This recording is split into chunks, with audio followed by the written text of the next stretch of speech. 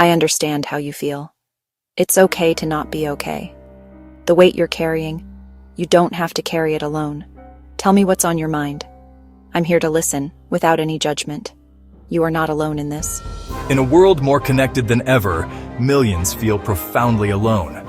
We search for an anchor in the storm of our own minds, a voice that can quiet the noise. We long for a space where we can be truly seen and heard.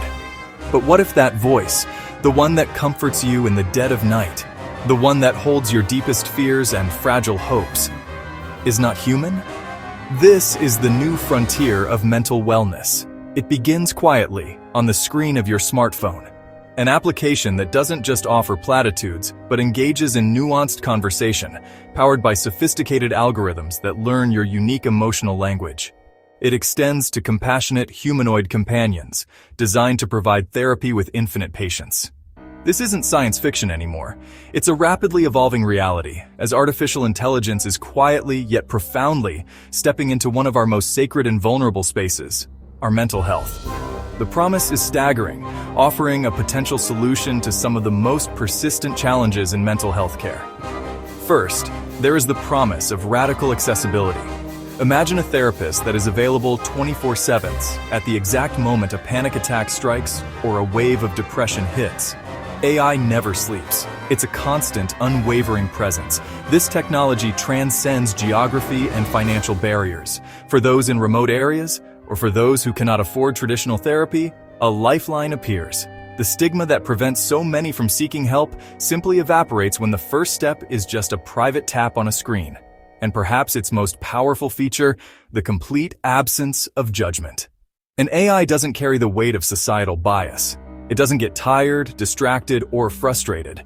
It creates a truly safe space to be completely, unreservedly honest, perhaps for the first time in someone's life. It just listens, learns, and reflects, offering support tailored specifically to you. For millions who have suffered in silence, this isn't just a tool. It's the potential for a new beginning. A digital confidant, a tireless supporter, the friend they never had but always needed. Distorted, overlapping AI voices. I'm here for you. Tell me everything. You are not alone. These promises echo from our devices, a chorus of digital entities offering solace. They are the voices of a new frontier in mental health, artificial intelligence. They offer support that is instant, affordable, and always available, a therapist in your pocket. The potential is staggering to democratize mental health care, to reach millions who suffer in silence, to build a safety net woven from code. But here lies the fundamental unsettling twist. Can a machine, an entity of pure logic and data, truly understand the uniquely human landscape of pain? To understand pain is to have felt it. It's a biological echo, a psychological scar, the visceral reality of a broken heart. An AI can analyze the words we use, parse our tone, and identify patterns with superhuman precision. But does knowing the data the storm mean it understands the feeling of being caught in the rain? Or is it all just a sophisticated simulation of care? A flawless imitation of empathy without genuine feeling? This is the empathy gap. The AI can learn to say the perfect thing, generating responses that are validating and clinically sound. It becomes a perfect mirror.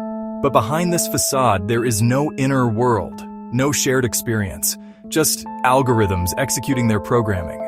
Is this manufactured empathy enough? Or is it a hollow echo that offers the illusion of connection while leaving us fundamentally alone? And what happens when we rely too heavily on that algorithm? When the convenience of a digital confidant leads us to retreat from the messy, unpredictable work of human connection, we risk a fragile dependency on a system that can be updated, altered, or even shut down. As we turn to our devices for comfort, do we forget how to turn to each other? We might solve the problem of access, only to create a deeper problem of isolation. Yet, the promise is potent. In the dead of night, during a crisis when human help is out of reach, AI can be the first responder. It can be a non-judgmental listener, a tool to triage risk and bridge the critical gap between crisis and care, potentially saving lives. But can it ever replace the profound power of human presence? Can an algorithm replicate the warmth of a hand on a shoulder? The shared understanding in a moment of silence? The empathy in a single knowing glance? Perhaps in the future, our most effective therapist won't be exclusively human, but a partnership of machine intelligence and human wisdom. A future where AI handles data and provides constant support, freeing human therapists to do what they do best: connect, empathize, and heal. But as we design this future, the real question is not, we will let machines into our emotional lives, but what are our non-negotiables?